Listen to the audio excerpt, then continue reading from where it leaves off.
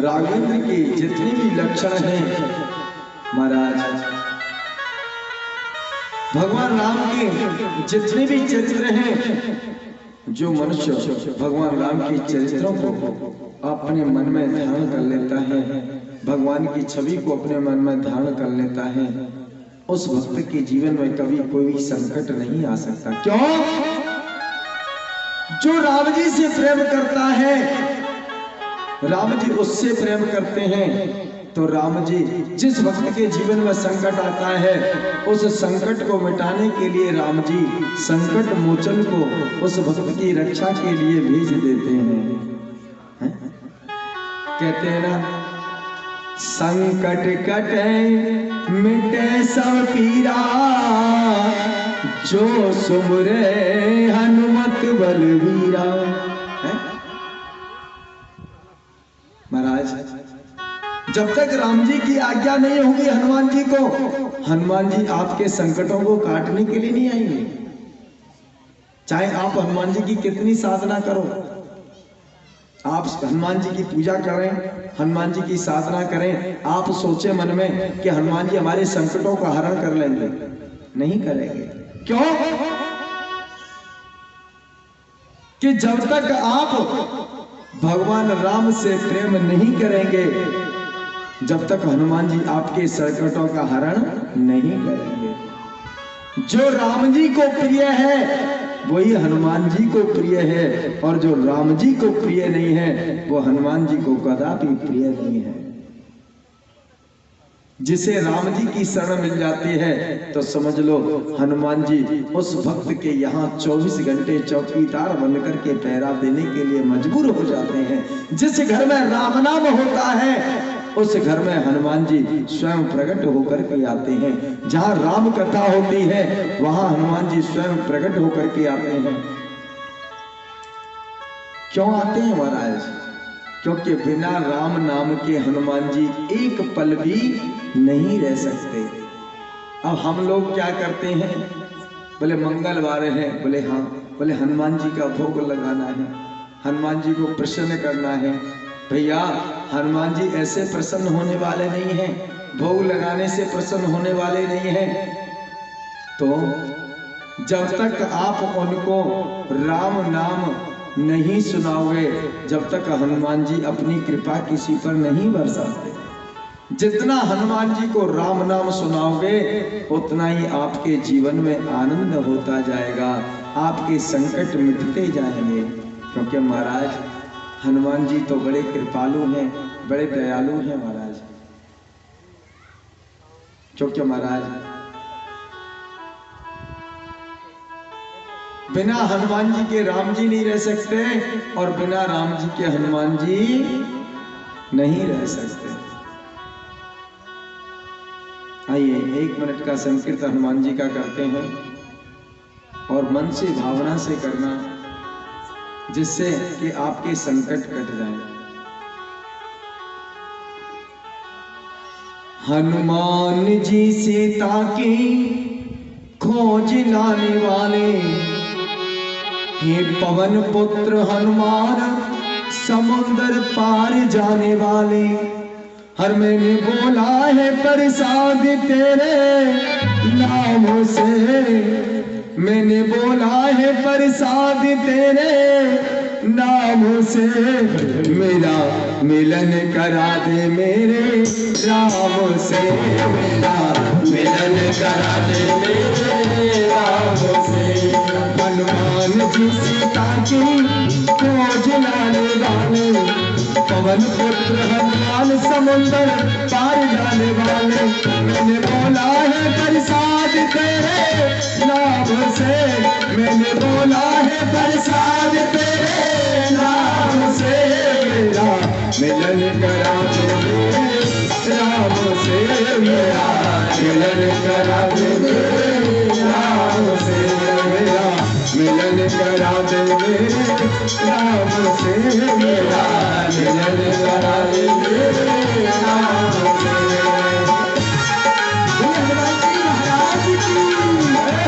महाराज की सेवा करते हुए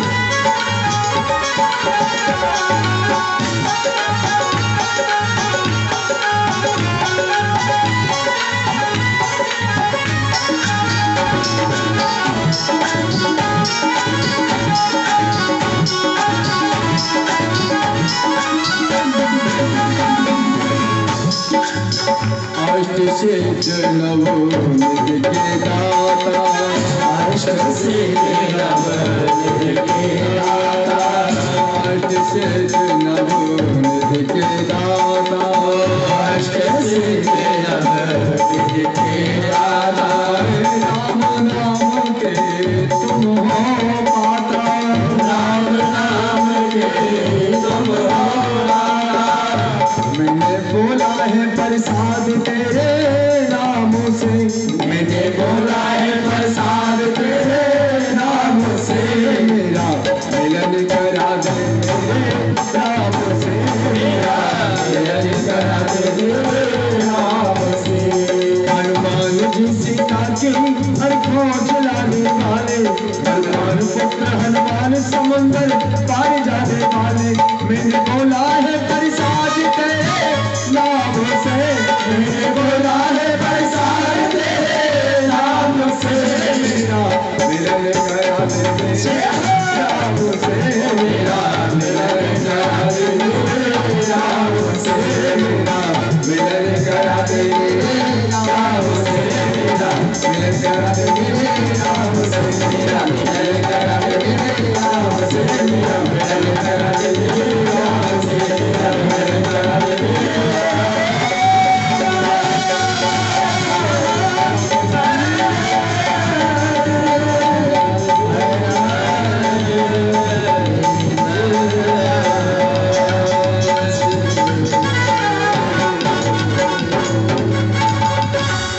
बोले हनुमान जी महाराज की जय हो। आज महाराज जो राम जी को प्रेम करते हैं, हनुमान जी उनसे प्रेम करते हैं। जो हनुमान जी से प्रेम करते हैं, राम जी से प्रेम नहीं करते, हनुमान जी उस वक्त की कभी पुकार नहीं सुनते, क्योंकि हनुमान जी को तो महाराज राम नाम प्रिय है। आज महाराज विश्वामित्र जी से महाराज दशरथ कहने लगे, महाराज राम लक्ष्मण दोनों छोटे छोटे हैं, ये आपकी यज्ञ की रक्षा कैसे कर सकते हैं? बोले ठीक है। महाराज दशरथ विश्वामित्र जी कहने लगे, बोले राजन आज के बाद में इस अपने मुंह से ये मत कह देना कि हम रघुवंशी हैं। विश्वामित्र जी वहां से क्रोध में होकर के चले जाते हैं। रास्ते में गुरु वशिष्ठ जी मिले। अरे विश्वामित्र जी आप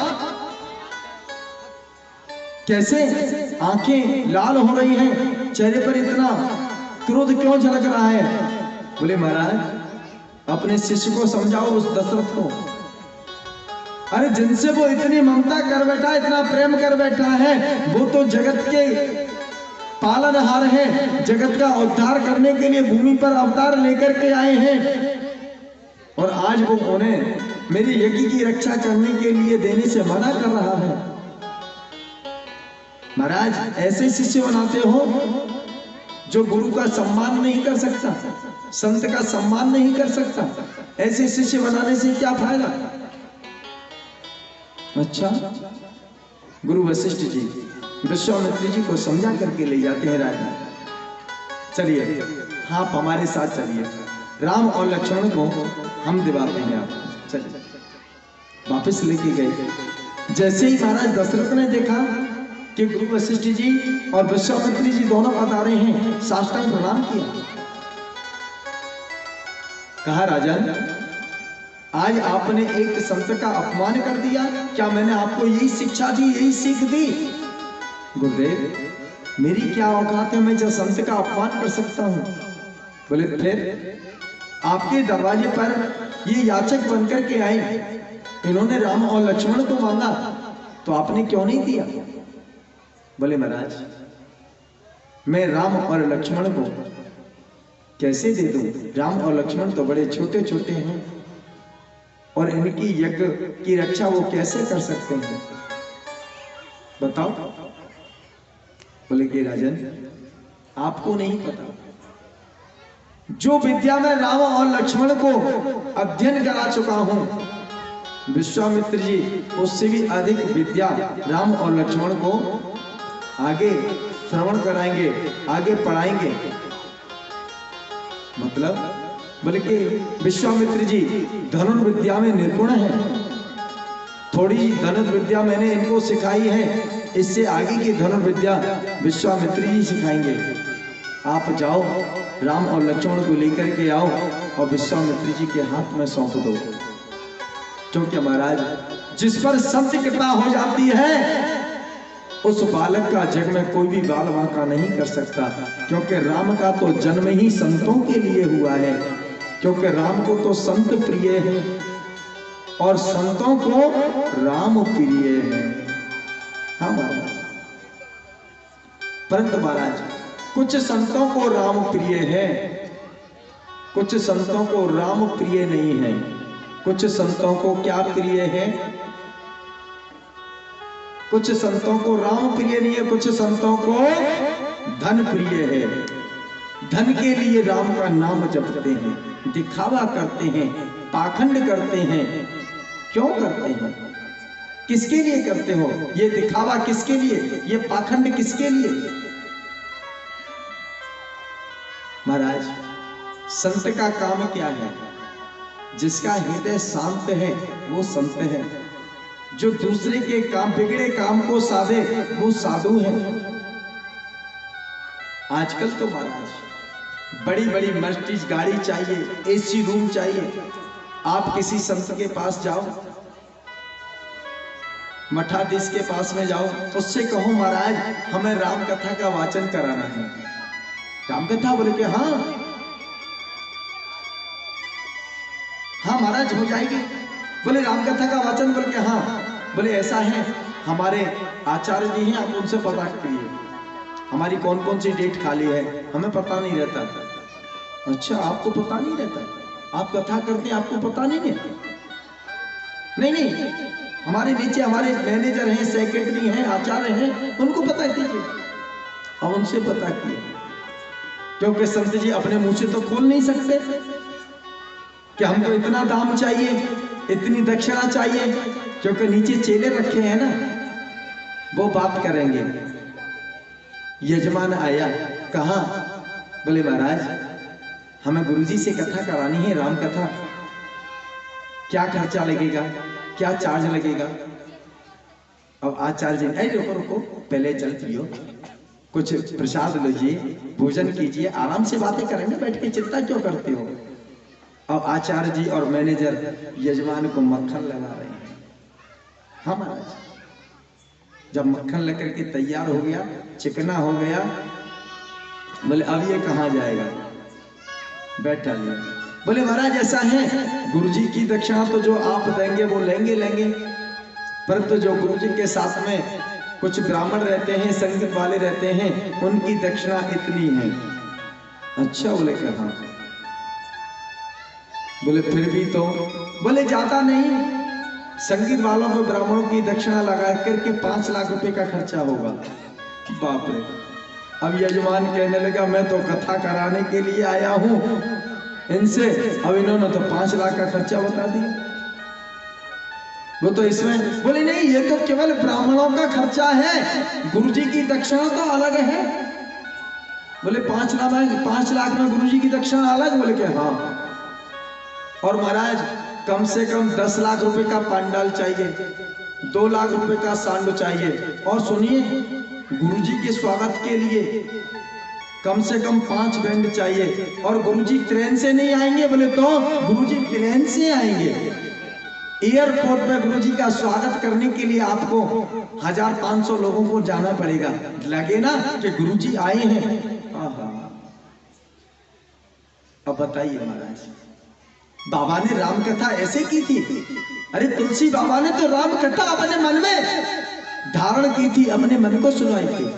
बाबा भोलेनाथ ने राम कथा ऐसे थोड़ी सुनाई थी। अरे बाबा भोलेनाथ ने तो कैलाश पर बैठ करके माता पार्वती को कथा सुनाई। कागभूषण जी ने गरुड़ जी को कथा सुनाई। याज्ञवल्क्य ऋषि जी ने भारद्वाज मुनि को कथा सुनाई। महाराज आज मुझे ये घृणा आती है जो अपने आप को कहते हैं ना कि हम महान संत हैं, ये घृणा आती है। मुझे अच्छा नहीं लगता व्यासपीठ से बोलना, परंतु मुझे घृणा आती है उनके नामों से।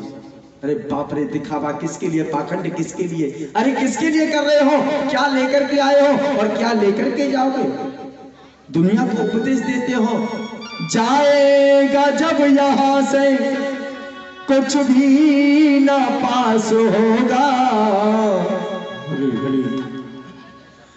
जाएगा जब यहां से कुछ भी ना पास होगा, 2 गज कफन का टुकड़ा तेरा लिबास होगा, 2 गज कफन का टुकड़ा तेरा लिबास होगा, जाएगा जब यहाँ से कुछ भी न पास होगा, जाएगा जब यहाँ से कुछ भी न पास होगा, 2 गज कफन का टुकड़ा तेरा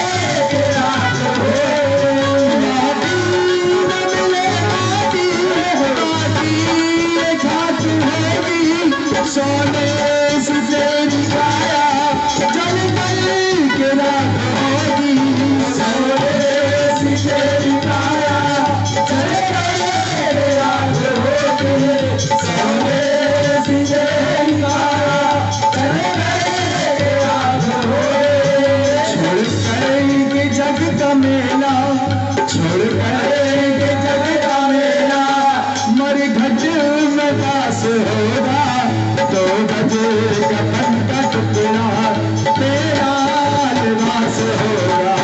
जाएगा जब यहाँ से कुछ भी न पास होगा, 2 बजे कफन का टुकड़ा तेरा लिबास होगा। जाएगा जब यहाँ से कुछ भी न पास होगा, 2 बजे कफन का टुकड़ा तेरा लिबास होगा। 2 बजे कफन का टुकड़ा तेरा लिबास होगा। 2 बजे कफन का टुकड़ा तेरा लिबास होगा। 2 बजे कफन का टुकड़ा तेरा लिबास होगा।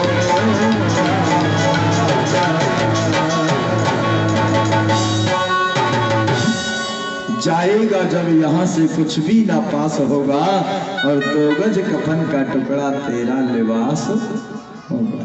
अब एक 2 गज कफन के टुकड़े के लिए हम कितना झूठ बोलते हैं, दिखावा करते हैं, छल करते हैं, पाखंड करते हैं। किसके लिए? एक 2 गज कफन के टुकड़े के लिए? अरे वो तो हमें कोई ना कोई वैसे भी दे देगा महाराज। और हमारे यहाँ ब्रज में तो हमने संस्था बना रखी है। हमने श्रीधाम वृंदावन में एक संस्था बना रखी है।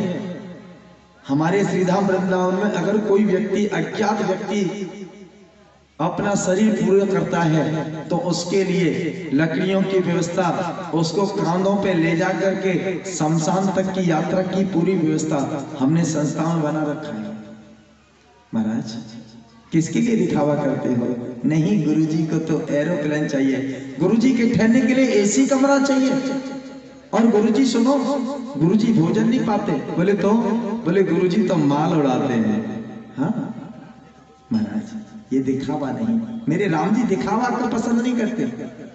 मेरे राम जी साफ कहते हैं, निर्मल जान निर्मल मान जान सो मोहि पावा, निर्मल मान जान सो मोहि पावा, निर्मल मान जान सो मोहि पावा, निर्मल मान जान सो मोहि पावा, निर्मल मान जान सो मोहि पावा, निर्मल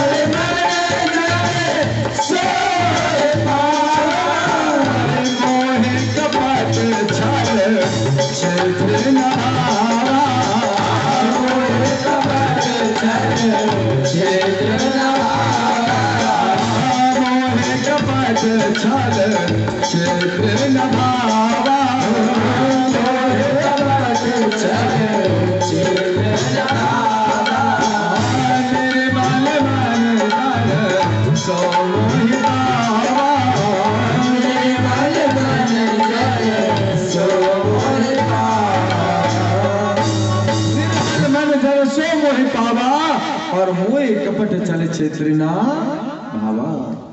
भगवान कहते हैं जिसका निर्मल मन है, गंगा की तरह पवित्र मन है, वो ही मुझे प्यारा है। जिसके मन में काम, क्रोध, लोभ, मोह, अहंकार, छल, कपट, कूट कूट के भरा है, चाहे वो संसार को ले जा सकता है परंतु वो परमात्मा को नहीं ले जा सकता। क्योंकि महाराज जो जीवन में साधना करता है, जो जीवन में साधना करता है, जो परमात्मा को प्रेम करता है, उसे परमात्मा की माया से कोई मतलब नहीं। हमारा तो दिखावा किसके लिए? ये पाखंड किसके लिए? केवल अपनी प्रशंसा पाने के लिए? अरे प्यारे, संसार के लोगों से झूठी प्रशंसा पाने से कोई फायदा नहीं है। संसार के लोग तो दिखावे को प्रशंसा करते ही हैं। जितना दिखावा कोई कर लेगा, जितना पाखंड कोई रचा लेगा, संसार के लोग उसी की ओर दौड़ेंगे। क्यों? कि आज के समय में केवल लोगों को चमक चाहिए। चमक चाहिए, क्यों चमक चाहिए? बोले कि भाई गुरुजी के साथ में 10-15 गाड़ी आती हैं, बीच में गुरुजी की गाड़ी रहती है, आगे 5 बॉडीगार्डों की गाड़ी है, बीच में गुरुजी की गाड़ी है, पीछे 5 बॉडीगार्डों की गाड़ी है, बीच में गुरुजी की गाड़ी है। गुरुजी के स्वागत के लिए भव्य पंडाल बनाया जाता है। अरे बाप रे, किसके लिए? जो लोग दिखावा करते हैं उनको केवल दिखावे वाले ही पसंद हैं, क्योंकि सत्य के मार्ग पर तो व्यक्ति नहीं चल सकता। हर व्यक्ति सत्य को स्वीकार नहीं कर सकता। सत्य को वही स्वीकार कर सकता है जो परमात्मा से अनंत प्रेम करने वाला होगा। क्योंकि सत्य बहुत कड़वा होता है और असत्य बहुत मीठा होता है। असत्य बहुत मीठा है, सत्य बहुत कड़वा है। सत्य तो महाराज नीम के पत्ते से भी ज्यादा कड़वा है। अभी किसी से कहा जाए, बोले भाई आपको प्रतिदिन 25 ग्राम नीम के पत्ते खाने हैं और इसके खाने से आपकी जो काया है वो निरोगी हो जाएगी, आपकी काया में कोई कष्ट नहीं रहेगा। एक दिन एक पत्ता खा के देखा, देखते हैं गुरुजी ने कहा है खा के देखें, मुंह कड़वा हो गया। बोले बाप रे, बिल्कुल नहीं खाएंगे। और गुरुजी ने कह दिया, बोले नहीं भैया 10 रसगुल्ले डेली खाने हैं, 10 रसगुल्ले डेली खाने हैं और अब टूटने नहीं चाहिए, चाहे घर में आटा हो या ना हो। गुरुजी ने कहा कि 10 रसगुल्ले डेली खाने हैं तो खाने हैं, क्योंकि दिखावा पसंद है, झूठ पसंद है, कपट पसंद है, सत्य पसंद नहीं है, क्योंकि सत्य कड़वा है। आज महाराज विश्वामित्र जी के साथ में राम और लक्ष्मण को गुरु वशिष्ठ जी भेजते हैं।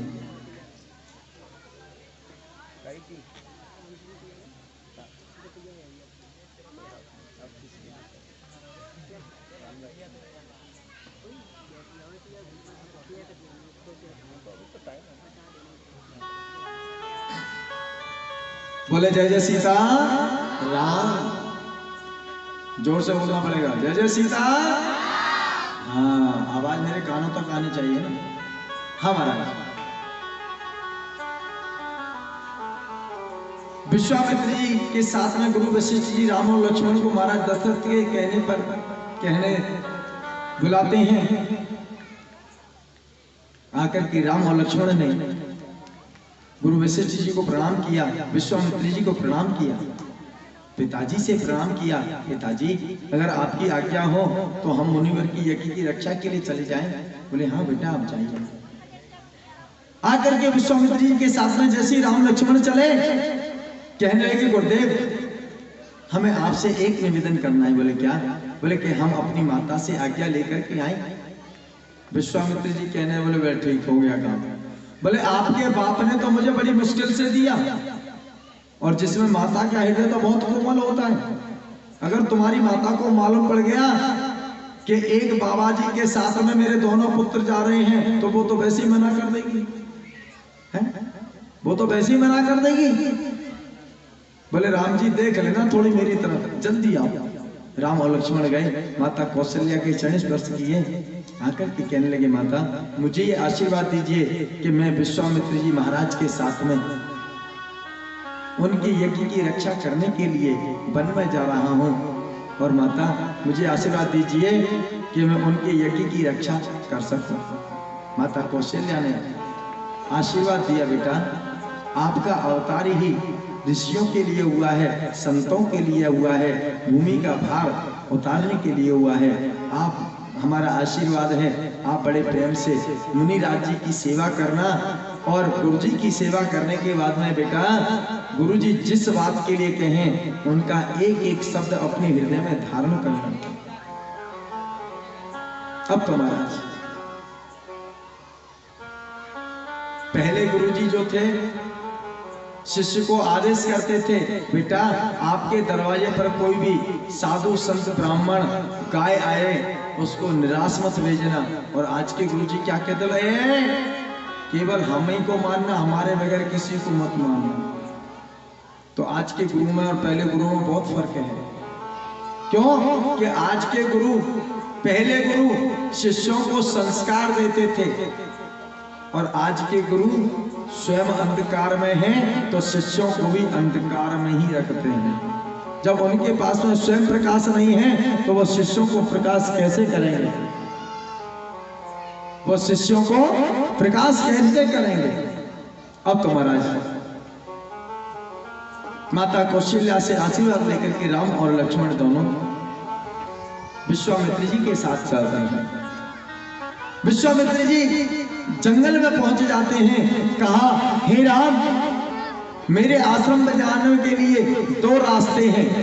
एक रास्ता तो है 15 दिन का और दूसरा रास्ता है मात्र केवल 3 दिन का। आप कौन से रास्ते से चलना पसंद करेंगे?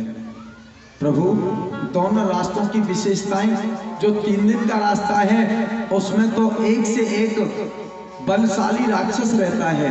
उसी रास्ते में एक ताड़का नाम की राक्षसी रहती है जिन्होंने राक्षसों को जन्म दिया है, वो राक्षसों की माता है। अच्छा, बोले कहा।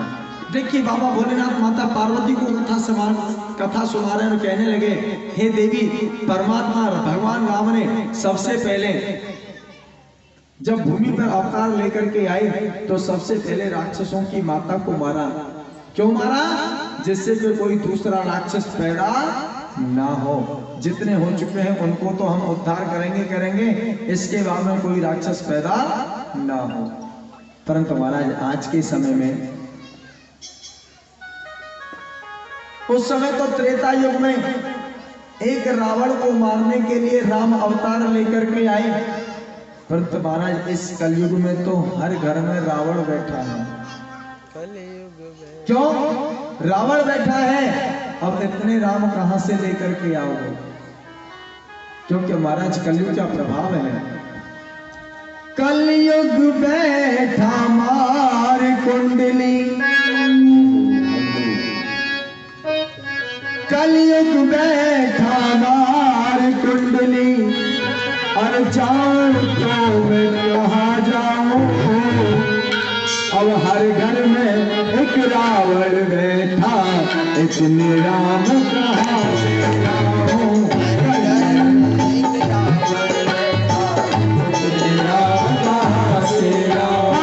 कलयुग बैठा मार कुंडली, बैठा मार कुंडली, जाऊं तो मैं कहां जाऊं?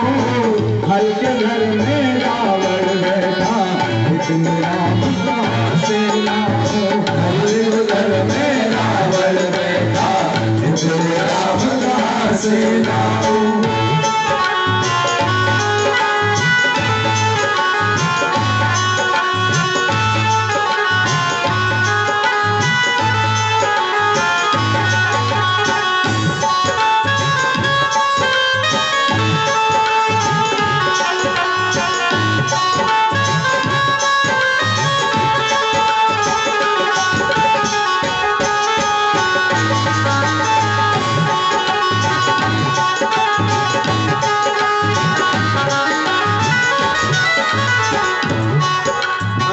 कसरत कौशल्या जैसे मात पिता भी मिल जाए, कसरत कौशल्या जैसे हर मात पिता भी मिल जाए, हर राम सा पुत्र मिले ना जो आज्ञाले बन जाए, राम सा पुत्र मिले ना जो आज्ञाले बन जाए। कसरत कौशल्या जैसे हर मात पिता भी मिल जाए, पर राम सा पुत्र मिले ना जो आज्ञाले बन जाए, हर जो आज्ञाले बन जाए, हर जो आज्ञाले बन जाए। और ऐसा कलयुग बैठ कुंडली, जाओ तो मैं कहां जाऊं? अब हर घर में रावण बैठा, इतने राम कहां से लाऊं? अब हर घर में रावण बैठा, इतने राम कहां से लाऊं? हर कलयुग बैठा मार कुंडली, जाऊं तो मैं कहां जाऊं? हर घर में रावण बैठा, इतने राम कहां से लाऊं? हर घर में रावण बैठा, इतने राम कहां से लाऊं? हर घर में रावण बैठा है, इतने राम कहां से करें? क्योंकि महाराज पहले तो एक रावण के लिए भगवान को राम का अवतार लेकर के आना पड़ा, पर तो महाराज अब तो इतने रावण हैं। इसकी पतली आवाज करो भाई, बहुत भारी। अब तो महाराज इतने रावण हैं, इतने राम कहां से आए? क्योंकि महाराज उन रावणों के लिए राम की जरूरत नहीं है, उन रावणों को खत्म करने के लिए केवल राम कथा की जरूरत है। उस रावण को मारने के लिए तो भगवान राम को आना पड़ा था, परंतु इन रावणों को मारने के लिए भगवान ने अपनी कथा को आप लोगों के बीच में भेज दिया है। क्या रे, केवल राम कथा के द्वारा ही उन रावणों का वध हो जाएगा, राम कथा के द्वारा ही रावणों का उद्धार हो जाएगा। आज महाराज विश्वामित्र जी से राम और लक्ष्मण कहने लगे, हे गुरुदेव, हमें 15 दिन वाले रास्ते से नहीं जाना। बोले तो हमें तो 3 दिन वाले रास्ते से जाना है। राम सोच लो, उसमें मारीच सुवाल के नाम के 2 राक्षस रहते हैं और उनकी माता रहती है जिसका नाम है तारका।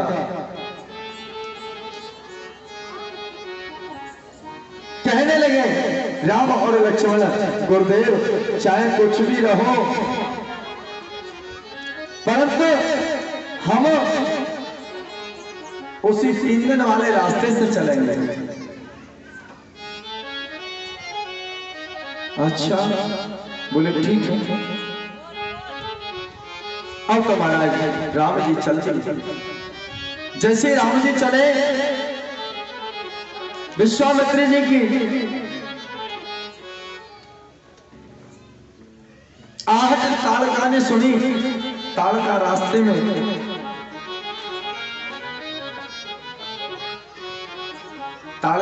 में खड़ी है। कहने लगे, हे ऋषि ठहर जा। जैसे ही विश्वामित्र जी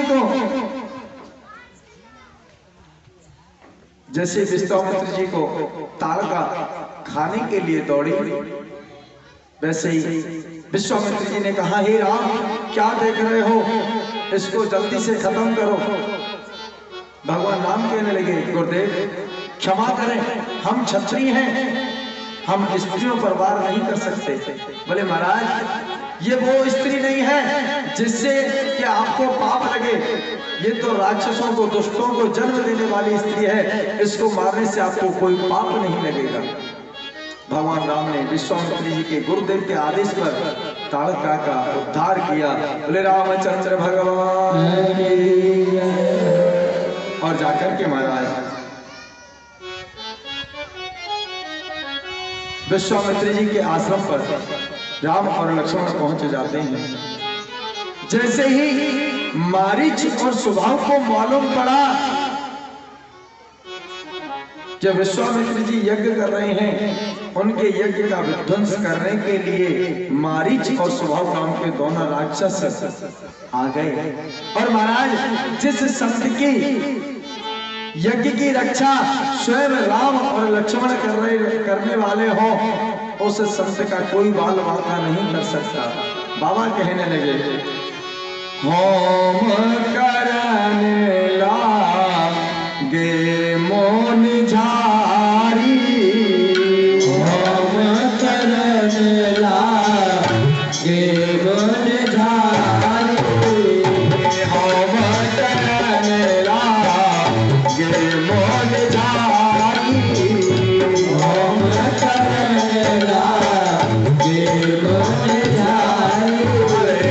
आप रहे मग की रखवारी, आप रहे मग की रखवारी, सोनबारी जो निशाचर कोई, सोनबारी जो निशाचर कोई, सहारे जा बाबोल द्रोही, सहारे जा बाबोल द्रोही, बिन फरमान राम ते ही मारा, बिन फरमान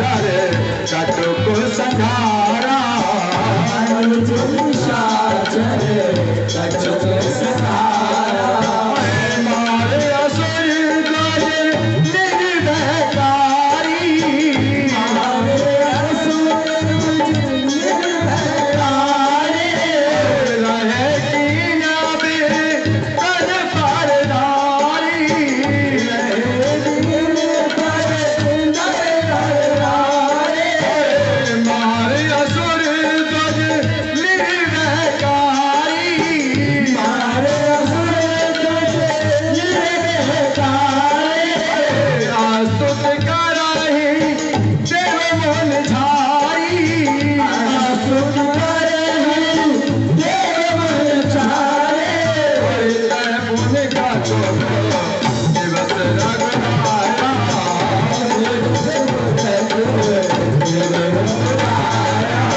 रहे कीन बिर प्राण परदाया,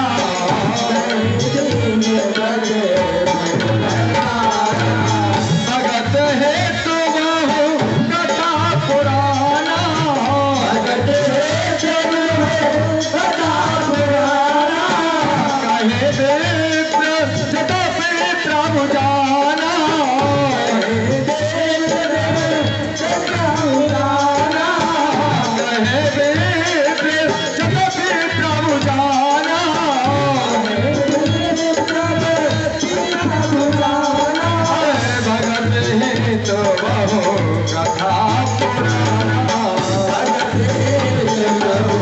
कथा पुराना, भगत हेतु बहु कथा पुराना, कहे विप्र जतपि प्रभु जाना, भगत हेतु बहु कथा पुराना, कहे विप्र जतपि प्रभु जाना। क्योंकि महाराज परमात्मा की कथा, परमात्मा का दर्शन भगत के कल्याण के लिए होता है, जगत के कल्याण के लिए होता है। आज इस डोंगर वाली मैया पे, आज डोंगर वाली मैया के प्रांगण में आप लोग जिस राम कथा का रसास्वादन कर रहे हैं, ये इसमें बाबा जी का अपना स्वार्थ नहीं है, प्रेम भैया का अपना स्वार्थ नहीं है, बाबा जी का अपना स्वार्थ नहीं है। स्वार्थ किसका है? केवल आप लोगों का स्वार्थ है, जन कल्याण का स्वार्थ है, जन जन की सेवा का स्वार्थ है। क्यों कि प्रेम भैया का, बाबा जी का उद्देश्य यह है कि जन जन तक भगवान का नाम, भगवान की कथा हर व्यक्ति के कान तक पहुंचे।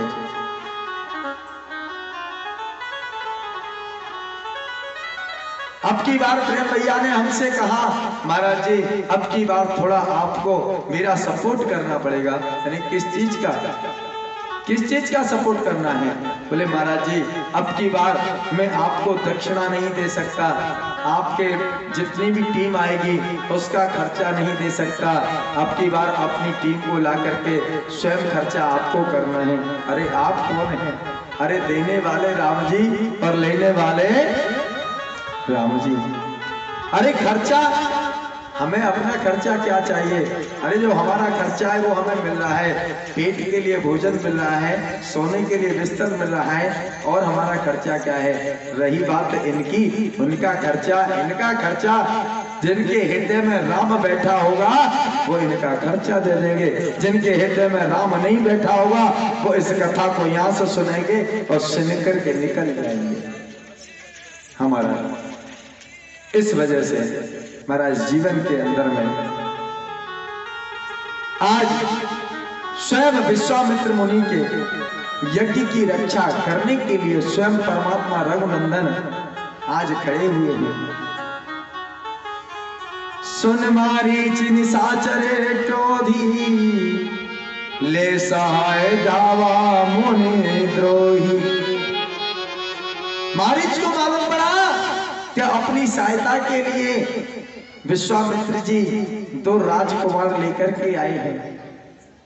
जैसे देखा बिन फरमान राम ते ही मारा, सत जो जनेगा सागर पारा। जैसे ही मारीच को भगवान राम ने बाण मारा तो 7 समुद्र पार फेंक दिया। कहां जाकर के गिरा? लंका में। अब महाराज जो सुभाव नाम का राक्षस है, पावक सर सुभाव पुन मारा, अनुज निशाचर कटुक संहारा। महाराज भगवान राम के हाथों के द्वारा सुभाव का उद्धार हो गया। इधर में महाराज विश्वामित्र जी के यज्ञ की रक्षा भगवान राम ने की। अब तो महाराज गुरुदेव की सेवा करते हैं, गुरुदेव का कहना मानते हैं। राम जी जब गुरुदेव पूजा में बैठते तो गुरुदेव के लिए फूल तोड़ करके लाते हैं। जब रात को गुरुदेव विश्राम करते हैं तो गुरुदेव के चरण दबाते हैं। हाँ, आज महाराज स्वयं परम ब्रह्म परमात्मा एक संत के चरण दबा रहा है। क्यों?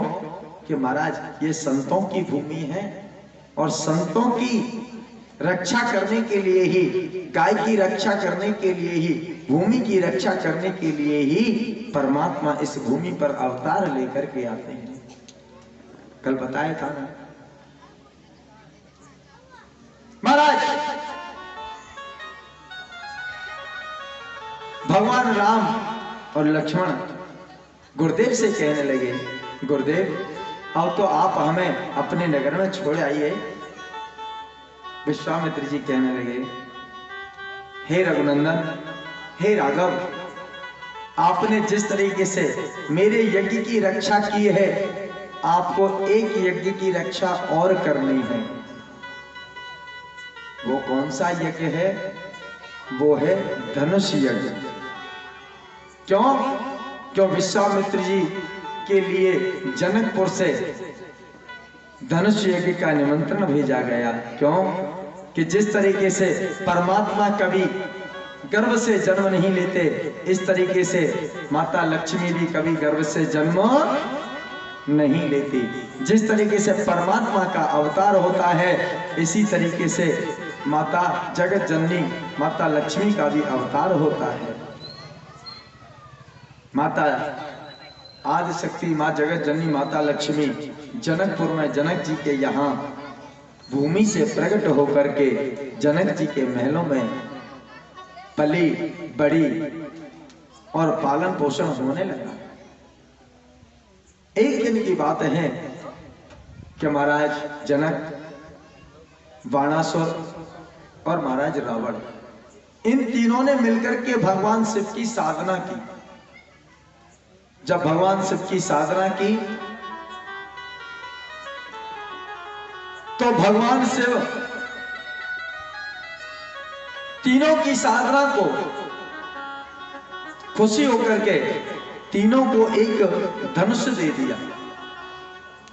कहा, जाओ इस धनुष को आप ले जाओ और इस धनुष को जिस दिन कोई तोड़ दे उस दिन समझ लेना कि परमात्मा का अवतार हो चुका है, क्योंकि इस धनुष को बिना परमात्मा के कोई दूसरा नहीं तोड़ सकता। रावण ने कहा बाणासुर से, बाणासुर जी आप ले जाओ अपने नगर में रख लो। बाणासुर कहने लगा, मैं क्या करूंगा इसका जब मेरे काम का नहीं है। तो जनक जी को दे दिया, महाराज इस धनुष को आप अपने घर ले जाओ, अपने राजमहल में रखो।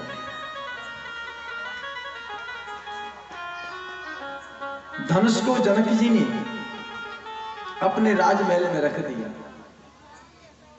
जिस जगह पर वो धनुष रख गया उस जगह से एक तिल भी वो धनुष नहीं हिला, क्योंकि वरदान था ना भगवान शिव का कि सिवा परमात्मा के इस धनुष को कोई नहीं उठा सकता। बिना शक्ति के कोई इस धनुष को नहीं उठा सकता। आज माता जनक नंदिनी ने सोचा कि ये धनुष एक कोने में बहुत समय से रखा है, आज तक इस धनुष को किसी ने उठा करके देखा ही नहीं, इसके नीचे कितना कूड़ा लगा हुआ है।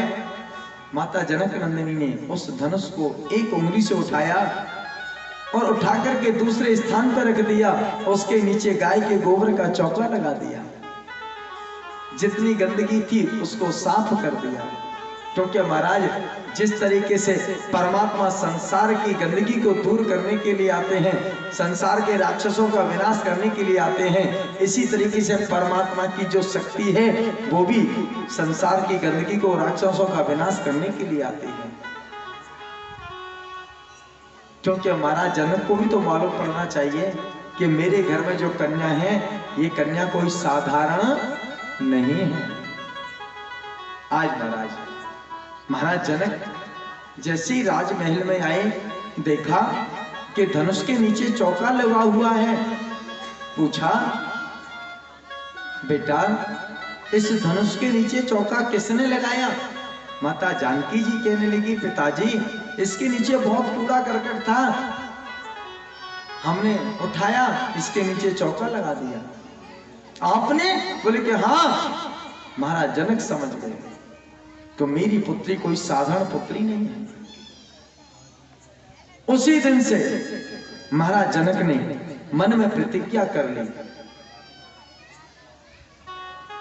अपनी पुत्री का विवाह मैं उसी व्यक्ति से करूंगा जो कि इस शिव के धनुष का खंडन करेगा, इस शिव के धनुष को तोड़ेगा, उसी के साथ मैं अपनी पुत्री का विवाह करूंगा। आज उसी धनुष यज्ञ का मेला जनकपुर में लगा हुआ है, उसी धनुष यज्ञ का मेला आज जनकपुर में लगा हुआ है। अब तो महाराज जनक ने देश देश के राजाओं के लिए निमंत्रण पत्र भेजा, देश देश के राजाओं को बुलाया। महाराज जनक का संदेश, महाराज जनक के स्वयंवर का निमंत्रण सब राजाओं के लिए गया, परंतु एक राजा के लिए नहीं गया। वो राजा कौन है? वो राजा हैं अयोध्यापुरी के महाराज दशरथ, जिनके लिए जनक जी ने सीता स्वयंवर का निमंत्रण नहीं भेजा था। माता पार्वती कहने लगी, क्यों? दशरथ जी के तो पुत्र बनकर के स्वयं राम जी आए, फिर भी जनक जी ने उनके लिए निमंत्रण क्यों नहीं भेजा? देवी, दशरथ जी के लिए निमंत्रण को फिर क्यों नहीं भेजा? इसका कारण है। क्या कारण है? बोले कि एक समय की बात है, जब महाराज दशरथ दूसरा विवाह कैकेयी से करके लौट रहे थे, तो माता कैकेयी की विदा करा करके महाराज दशरथ जहां बाली की सीमा थी, पंपापुर के अंदर में बाली की सीमा से होकर के गुजर रहे थे, सामने से बाली आ गया। माता कैकेयी के रूप को देखकर के मोहित हो गया और महाराज दशरथ से कहा, हे महाराज दशरथ, अगर आपको यहां से जाना है अयोध्यापुरी के अंदर, तो हमारे साथ पहले युद्ध करना पड़ेगा। महाराज दशरथ कहने लगे, मेरी सामर्थ्य नहीं है कि मैं बाली के साथ युद्ध कर सकूं। क्यों? क्योंकि बाली को भगवान सूर्य नारायण से वरदान मिला हुआ था कि बाली के सामने जो भी शत्रु आएगा, उसका आधा बल बाली में आ जाएगा, उसका आधा बल बाली में आ जाएगा।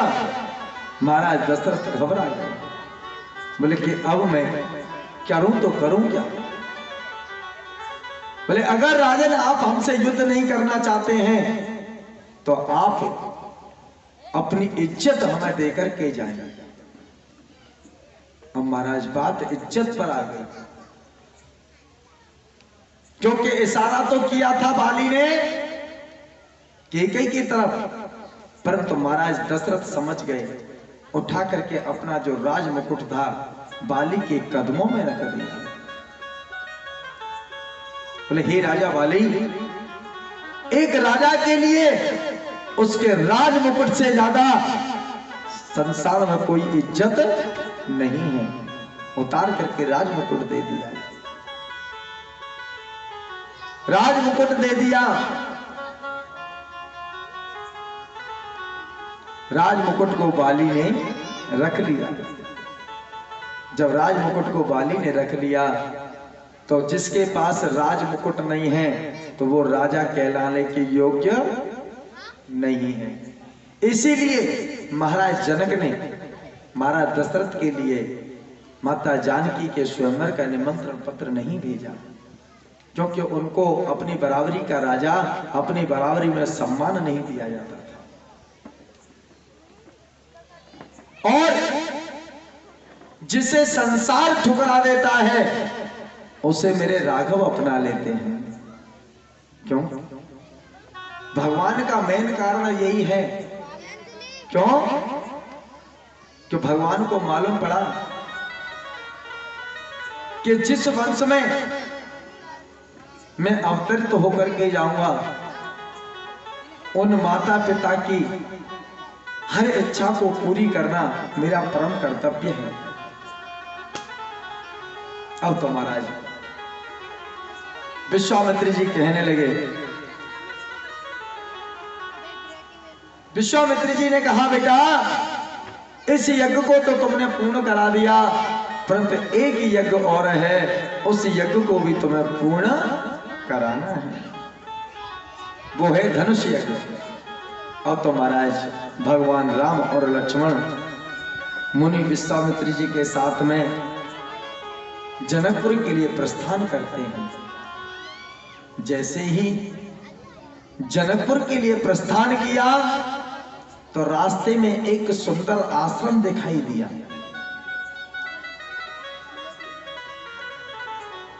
सुंदर आश्रम दिखाई दिया।